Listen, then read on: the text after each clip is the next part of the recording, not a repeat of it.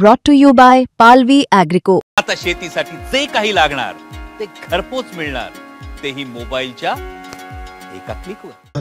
वरचा देव पावला, खालचा देव पावतिकानी पावला, हे आपल्याला खरं तर 7 वाजता पाहणार होऊ शकतं. कधी कधी आंदोलनात आपण जिंकतो, हात कधी कधी हालतही असतो. आपण शरद जोशीचं एक वाक्य फार महत्वाचं, कधी एखादा निर्णय झाला का त्याचे 10 विरोधी तयार होते आणि चांगला निर्णय कधी कधी आपल्याला विरोधात वाटत असतो. असं बऱ्याच आंदोलकाच्या बाबतीत नेहमीच होतं. पण आंदोलन करतोय हे फार महत्वाचं असतं. निर्णय कमी जास्त होतातच कोणाच्या आयुष्यात. छत्रपतीच्या काळात एखादा निर्णय चुकतोय, जसं आपण गाडी चालवताना इकडे जाऊ का तिकडे जा, थोडासा चुकला का अपघात होता. पण त्याची आपण नेहमी आपण पाहिजे का त्याची खबरदारी आपण घेणं गरजेचं असतं. होऊ शकतं काही एखादा निर्णय सगळ्याच कार्यकर्त्याने पटन असं नाही होत. आता ते त्याच्या दिमागातून आलेला विचार असतं. त्याला असं वाटतं का नाही असं केलं तर हे बरं झालं असतं, तसं केलं असतं बरं झालं असतं. तर याला काही फार महत्व नसते. आपली प्रामाणिकता त्या आंदोलनाबाबत त्या मुद्द्याबाबत असणं गरजेचं आहे. तुम्ही निर्णय चुकला म्हणजे तुमचं आयुष्य चुकलं फार. तुम्ही काही बेमानी केली लोकांसोबत असं होऊ शकत नाही. आम्ही त्या मुद्द्यासोबत प्रामाणिक असलो पाहिजे, हे फार महत्वाचं आहे. कर्जमुक्तीचा धागा जो या ताईनं आम्हाला बांधला, जे काही पदर फाडून जे आमच्याला मनगटाला जे बंधन बांधलं, ते बंधन त्या बंधनासाठी बच्चू कडू मराले सुद्धा तयार राहील हे तुम्हाला सांगतो आहे. काही काळ कमी जास्त होऊ शकते मान्य आहे, पण आंदोलन उभं करायला काही फार मोठी गोष्ट नाही. आता आपण सगळे तयारीचे पक्के पठ्ठे झालो आहे. त्याच्यानं आता आपल्या मंडळातलं आंदोलन डोक्यात गेलेलं आहे. त्याच्यानं ते आंदोलनाची तयारी ही काही फार मोठा विषय आपल्यासाठी राहिला नाही. आणि तुम्ही सगळे समजदार आहात. आपण यश घेऊनच येऊ, नाही यश भेटलं तर आंदोलन करायला काही आपल्याला काही कुणाची परवानगी पाहिजे का? काही कुणाची परवानगीची गरज नाही आहे. त्याच्यानं आज मनोज दादा इथं आले, आम्हालाही बरं वाटलं. आम्ही ओबीसी नेत्यांनाही यावं अशा अपेक्षा होत्या. ते नाही आले तो त्यांचा प्रश्न आहे.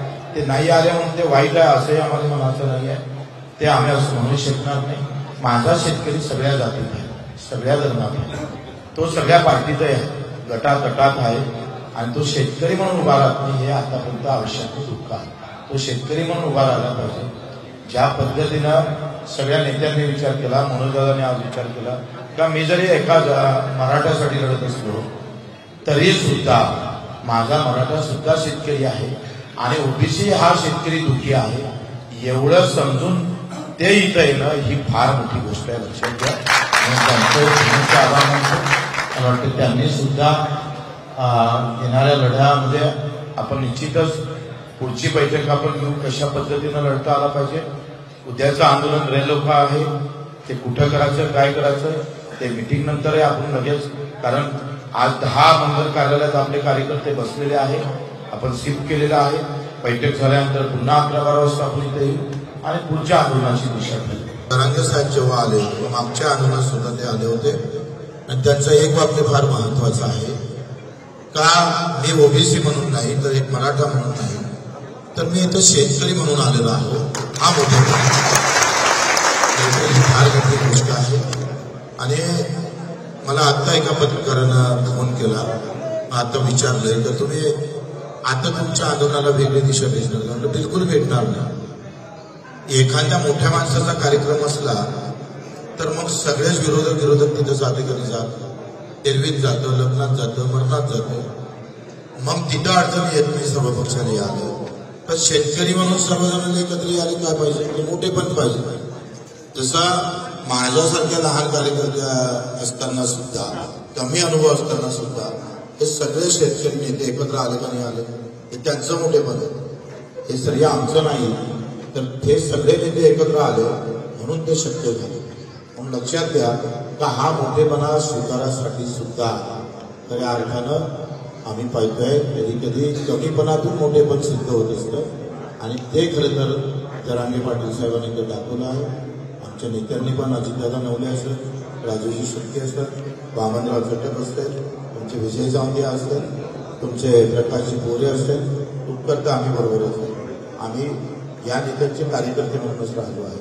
त्याच्यामुळे या मोठ्या नेत्यांसाठी एकदा आपण टाळ्या वाजवल्या पाहिजे.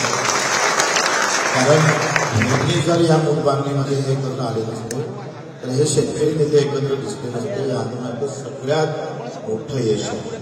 एका आत्महत्या करणाऱ्या शेतकऱ्याला तुमची वज्रमुठ दिसेल आणि आत्महत्या थांबला तरी ते पुण्य आपल्या पद्धती येणार आहे. आंदोलनात काही गोष्टी नाही भेटल्या तर काही गोष्टी फार मोठ्या उभ्या राहतात. एका ही वज्रमुठ आता याच्यातून एक चांगलं भविष्य शेतकऱ्याच्या आंदोलनात निश्चितच उभं राहील. ह्या सुद्धा त्याच्यातून अपेक्षा. मीडियाने सुद्धा फार चांगला आम्हाला प्रतिसाद दिला.